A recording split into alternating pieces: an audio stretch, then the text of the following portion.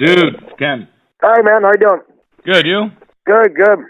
What's happening? Not much. No complaints here. So I guess this is what, our third chat? Mm-hmm. Quite a bit's been going on in the last little while with you guys. Yeah. I figured it's a good, when you hit me up, I was like, yeah, we got enough stuff to go on, that we have stuff to talk about, so that's good. Yeah, always. Well, let's get right into it then. Okay. What's going on? Well, right now we're working on, crap, fucking cough again. We're gonna start recording in Nashville next month. So we got the new album's coming, and all the songs are written for it. We just gotta execute it now. Nice. So that's the first part. What's it sounding like?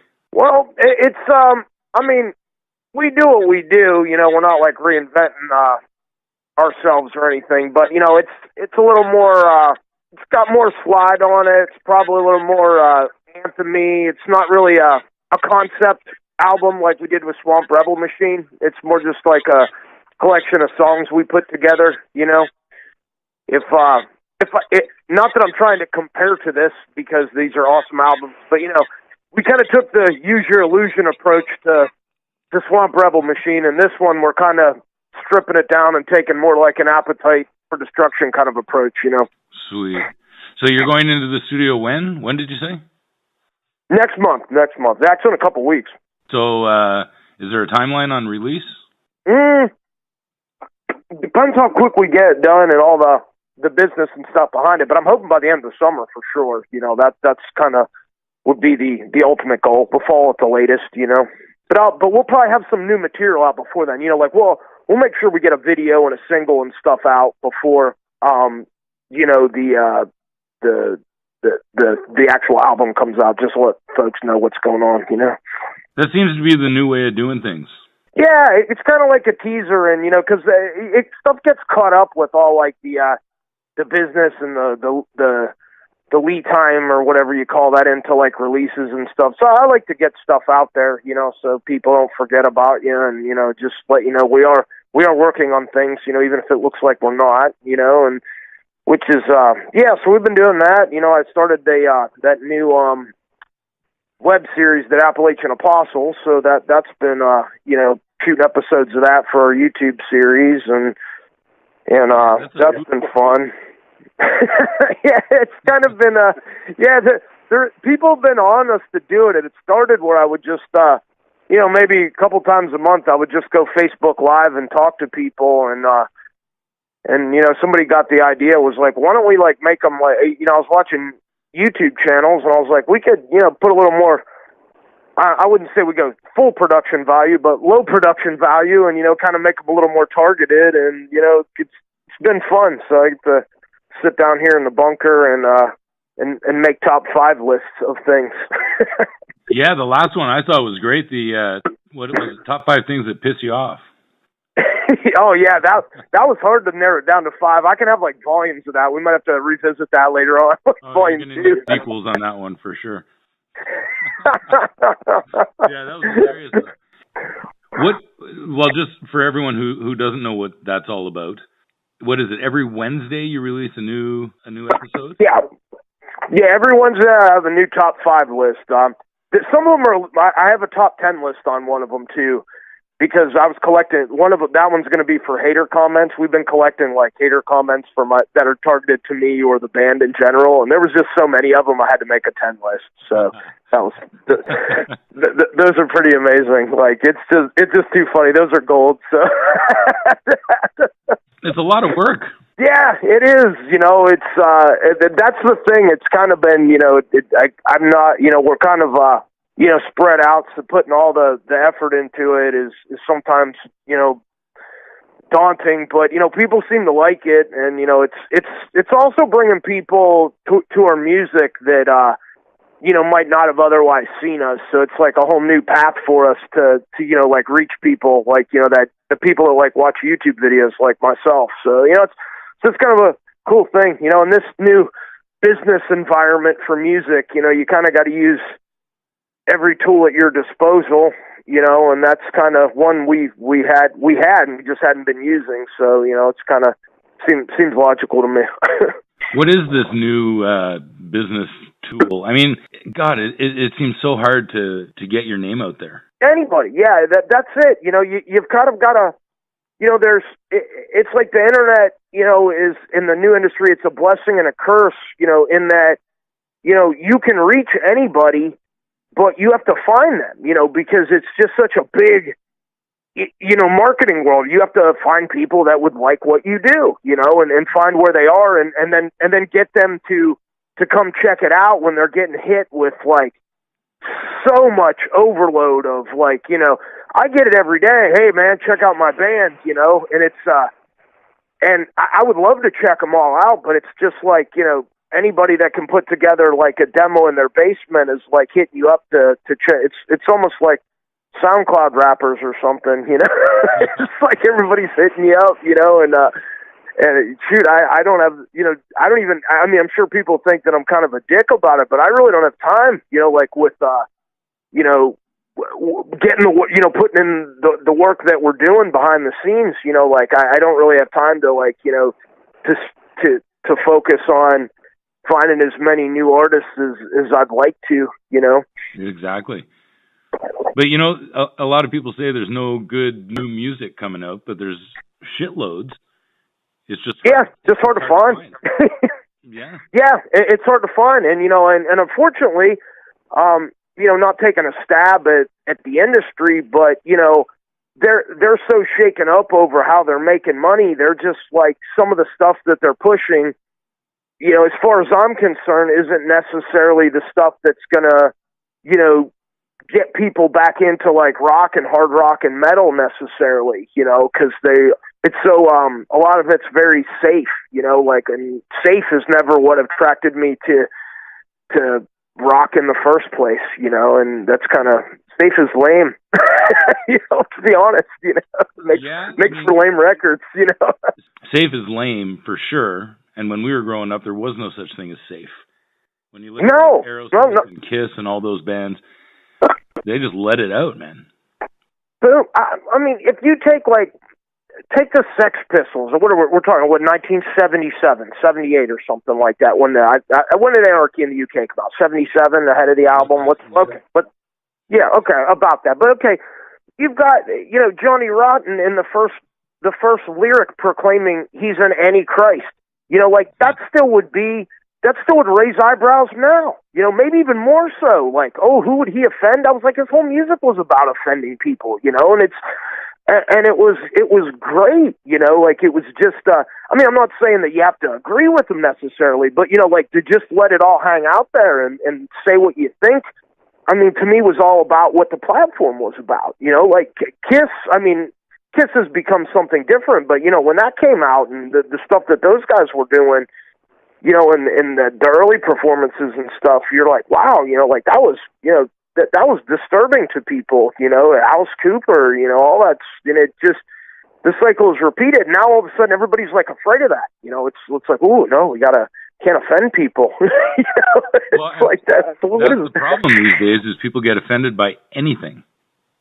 Everything. Yeah, it's like they want to be outraged. It's like, I think there's like, everybody just wants to be outraged about something and write somebody off oh no, you got to take them off the network. We disagree with what they said or this. It's like, my land, man. It's like, it's just, it's a really weird time. I imagine it must be tough as a songwriter because you gotta be careful about who you might offend. Yeah, unfortunately, and I would like to say that I'm like on this high horse that I've never changed the lyric around. No, I have, like if there's been stuff that I'll be like, I better not say that because someone could take it the wrong way, and it's like, and I've done it, and it's like, I wonder how many other people are censoring themselves. And, what if like some of those people that, we grew up listening to that got us in this censored themselves? And that sucks, like it's just it's not a very, because, and I also think too, people assume the worst out of things. Like, if something is offensive to them, rather than thinking, oh, maybe it's not like, giving somebody the benefit of the doubt, they automatically want to assume it's the worst possible interpretation of that, Right. I often wonder when I listen to the older music that I grew up with, if like if "Shout at the Devil" by Motley Crue had come out last year, Would Motley Crue have been the powerhouse that they were back in the 80s? That's a good question. I think about that too, like how bands like that how it would go over today, and it's like now they're releasing covers of Madonna, which is did you hear that with Vince Neil? That was not awesome. That was rough. I got through about 30 seconds of it and I had to turn it off. And I like Motley Crue. I grew up with Motley Crue, man, but that was hard to listen to. Me too. Yeah, me too. I'm a huge Crue fan, like you said, Shout at the Devil. Oh man, when I remember first hearing that song, I was just like, yeah, like that was just like, it had that groove, and even the way, even though Vince Neil isn't like a quote good singer by singing standards, but just the way he'd like delivered the vocals and stuff, it was like, I don't know, it just had a power. It's real, it works, and it's. And I like so that. Many bands like that back then. I mean, look at Van Halen. Mm-hmm. David Lee is not a good singer, like textbook good singer, but he made everything work perfectly. Great front band. Doesn't happen. No, it's like everybody's trying to sound like somebody else. Like. If you're on a certain level as a singer, you can all get that, I call it the radio rock voice, the active rock voice now. Like there's a certain tone, like in these vocalists, and like it's, and I've went round and round with labels and producers, not the ones that I work with, but, about like, hey, can you do that? Probably, but I don't want to. It's like somebody else is already doing it well. Like, why do I want to do that too? We don't need a third-rate copy of something that, I don't know, Nickelback already did well, like why do we need me to sound like that? That would be not awesome, I don't get it. It's like, I like the, be that expressive kind of approach to vocals. I like, not everybody is Chris Cornell, but you don't necessarily have to be to get your idea out there, and to be sincere, I think in all the interviews I've done, you're the first person to mention Nickelback. Really? I think people try and say Nickelback. They do, and everybody dogs on them and stuff, but Nickelback does what they do, and if you don't like it, I get it. A lot of people do like it, even though they don't admit it, and but there's a lot of people that then try to like copy off that, and that's my take. It's like, I don't blame Nickelback for that. I blame, the success that they had with that model, and then everybody, all the business people sitting, behind the desk, no, we got to do this and then make it sound like that. And it's like, no, I don't think we need to do that. I think that's a bad idea. You're doing something right, man. Yeah, absolutely. I don't begrudge them that, I mean, it's not necessarily what I want to do, but that's okay. It's like, hey, if there's rock bands right now that are arena level, they're doing something right, and they're connecting with someone, and that's a good thing, because this is a weird time for, heavy rock music. It sure is. I go to a lot of shows. I'm going to see John 5 on Friday night in Ottawa. Oh, he rips, man. Oh, he's awesome. Yeah. He's playing like a 400-seat bar in Ottawa. Crazy, right? Alpine, George Lynch, all those guys are playing at the same bar. It's a great club. It's a great venue, but 400 people. Dude, I've seen John 5 in one of his side projects play at the Viper Room and it not be sold out. And the Viper Room, if for those people who aren't aware, I mean, there's under 200 people in there. So if you're, at this show, there might have been like 100 people there. It's like, that's, we play there when we go through. It's like, and that's just crazy. I mean, I don't know if part of that's because LA kind of is a bit of a jaded town. It's hard to get people to certain shows. I'm not really sure, but it's just, but yeah, I'm not, it's kind of crazy, how that is. And, I mean, it's cool to get to see your heroes up close and personal, but I'm sure they'd rather be playing to more folks, Absolutely. But I mean, we're, as far as I know, it's not sold out in Ottawa. Yeah, it's a shame. It's ridiculous. I don't get it. But yeah, going back to what you said about the arena rock, if you can play arena shows as a rock band, Well, pass it on to everybody else, man, what you're doing, because it's working.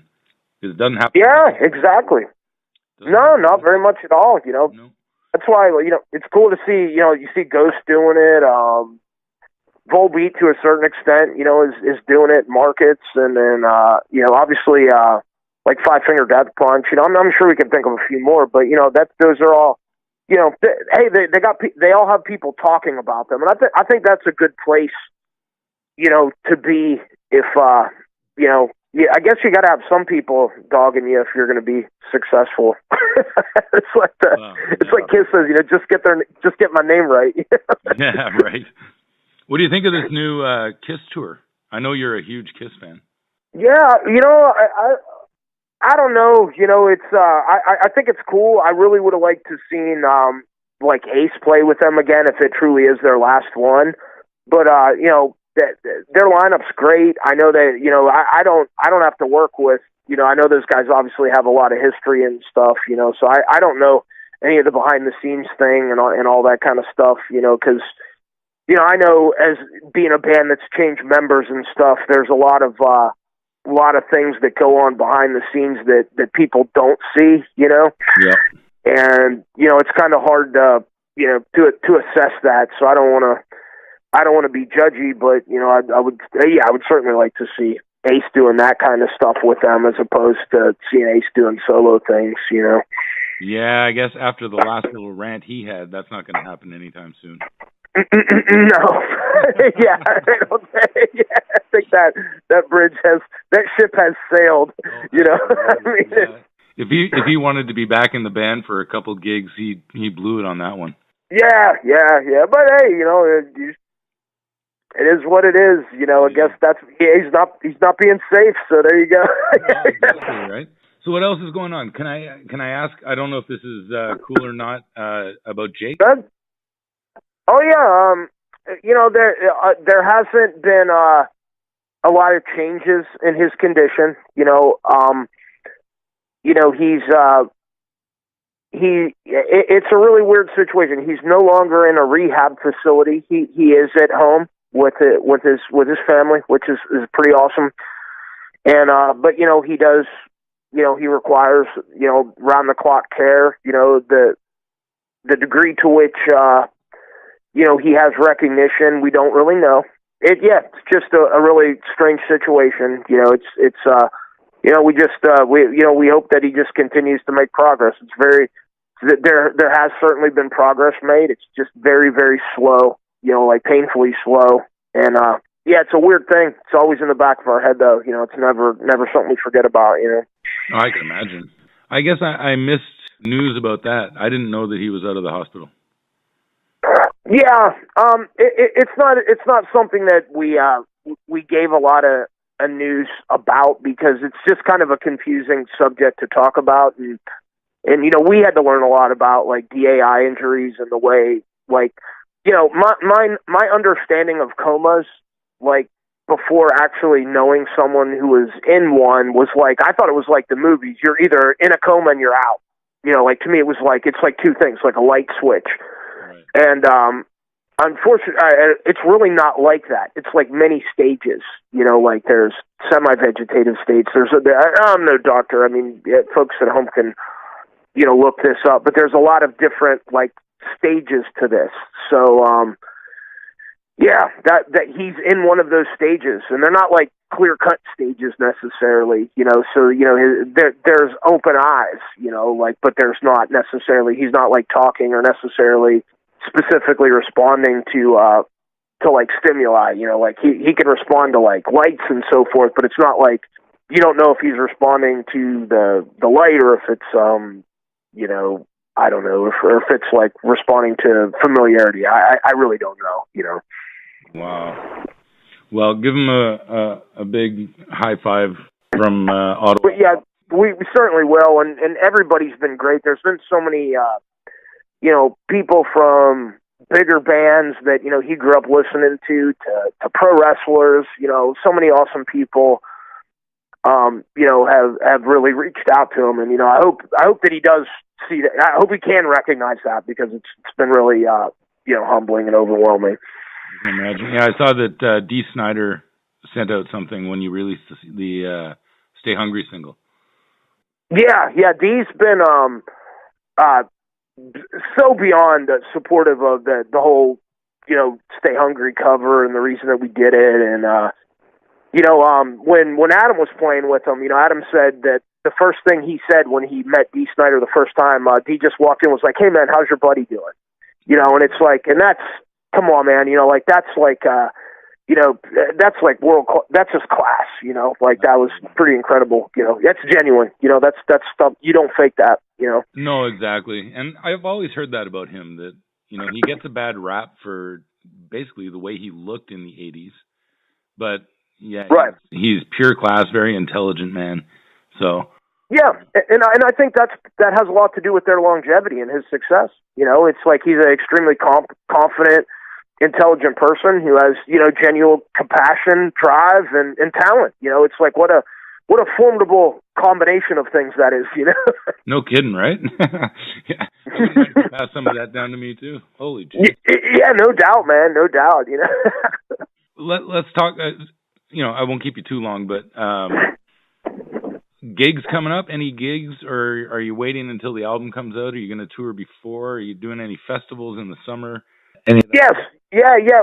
We're going to go out in June for a little bit. We'll probably go out for like 3 weeks and, hit some markets and, play a couple festivals. We have a couple festivals on the table that, we're still kind of, working out the details on. So hopefully we'll make, probably not as many as we did last year. We made a lot of festival appearances last year.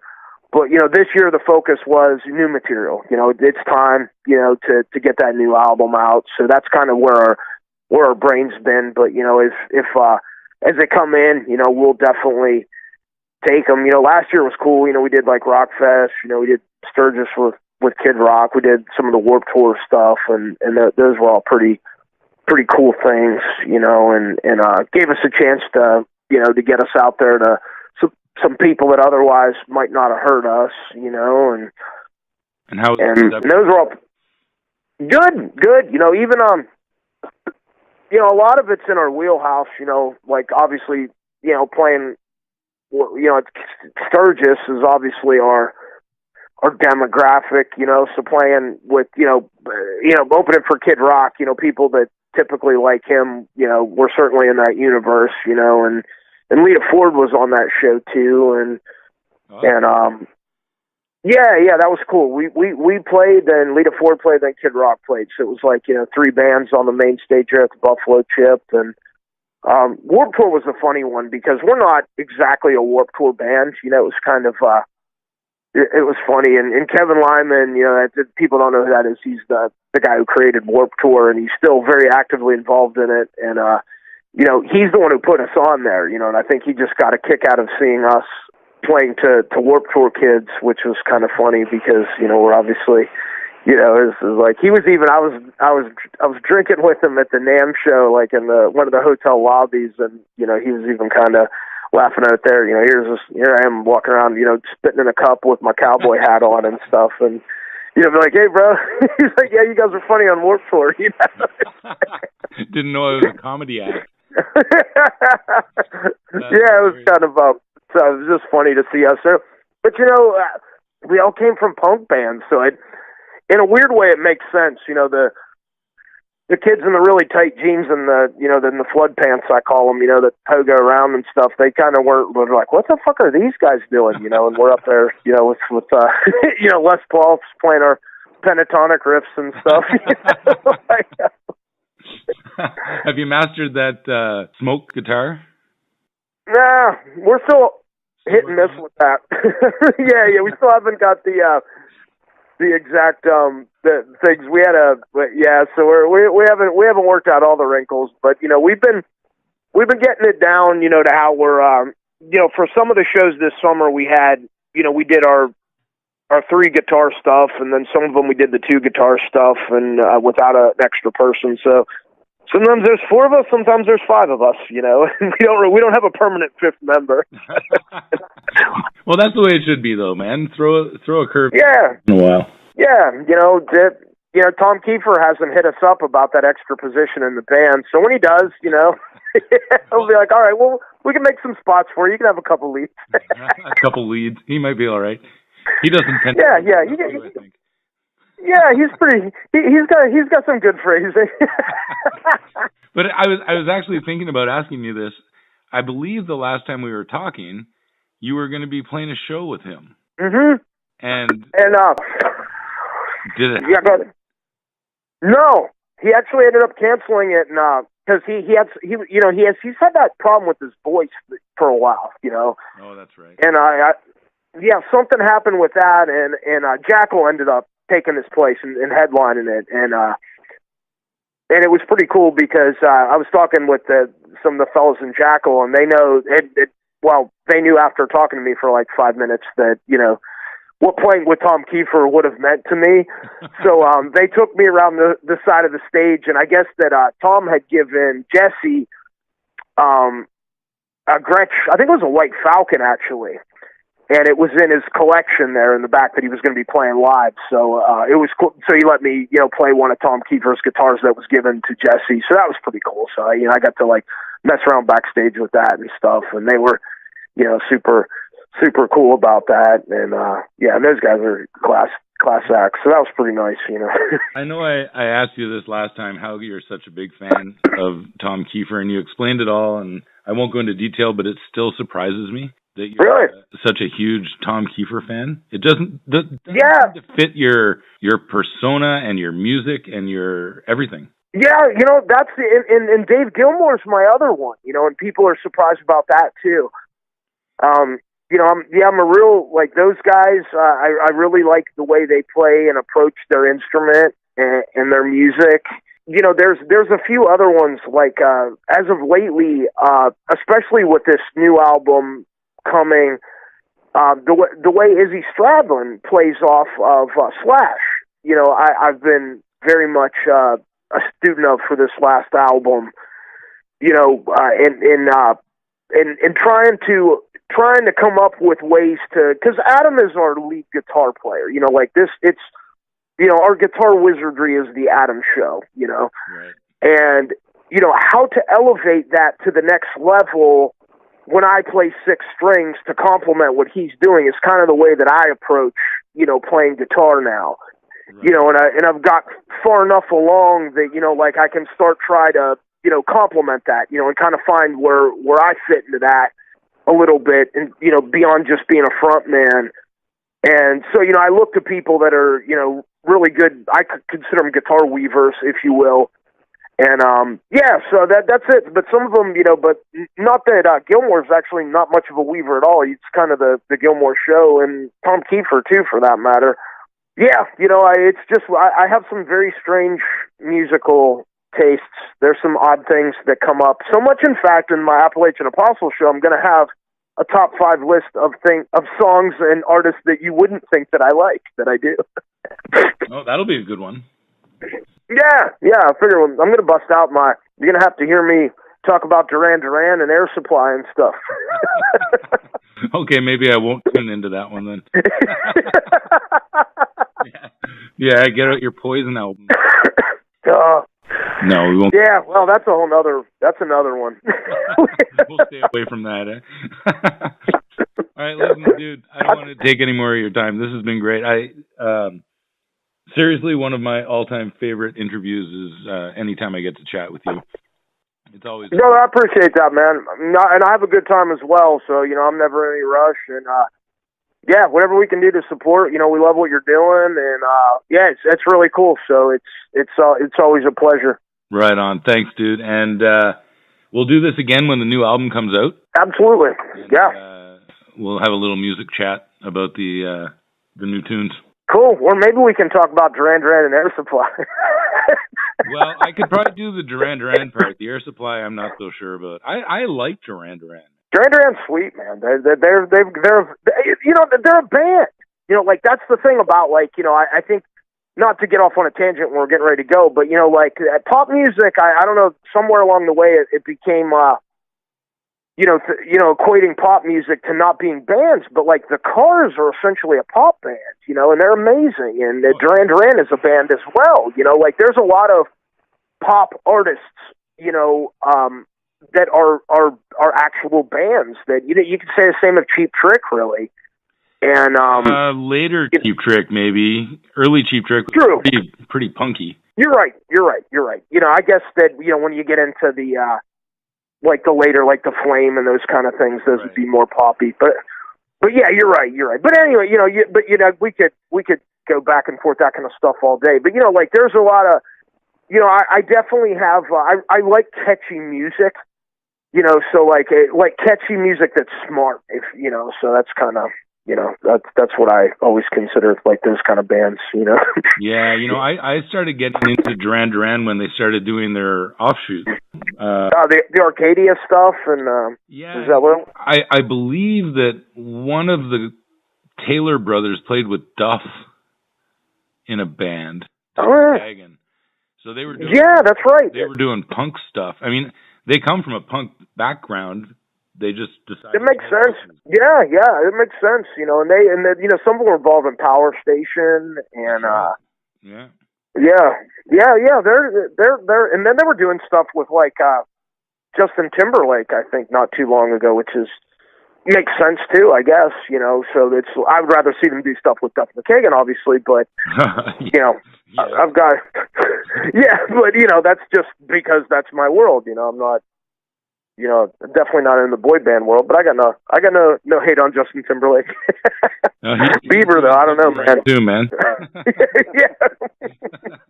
Yeah, he just came to town not too long ago, and I guess it was just insane. Sold out, no problem.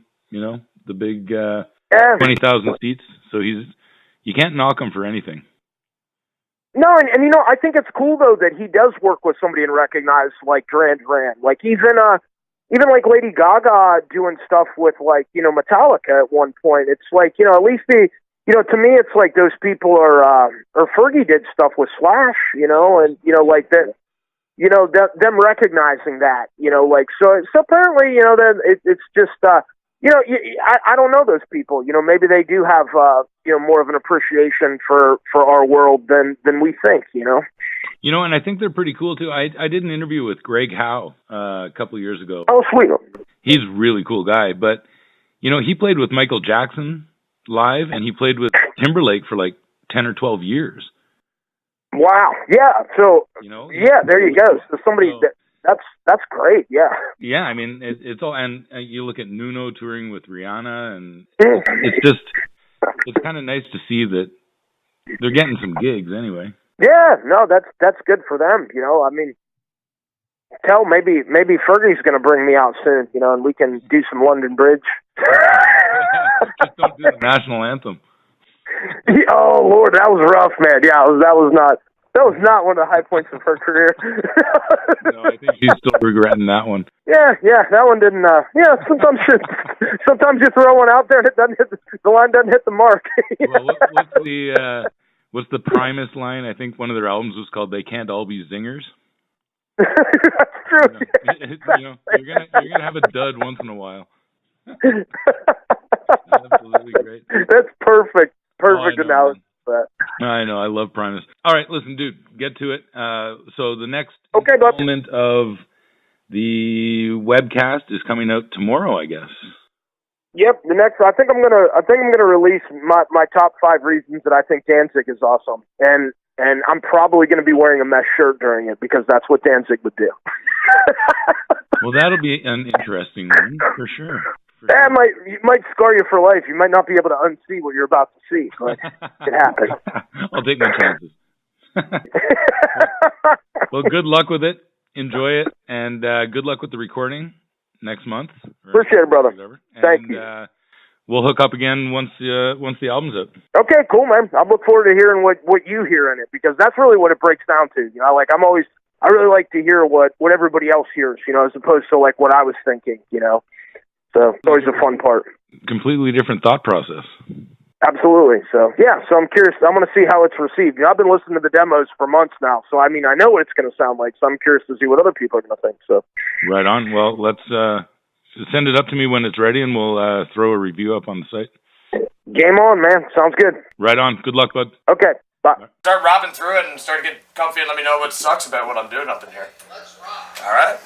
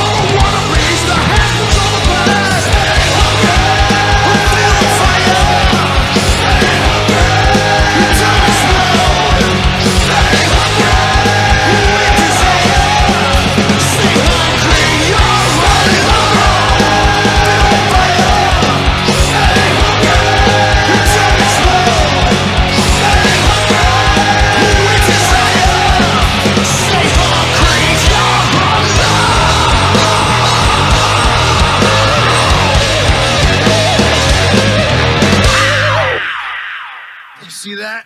Well, mostly me, because I rocked every time. Good luck building that.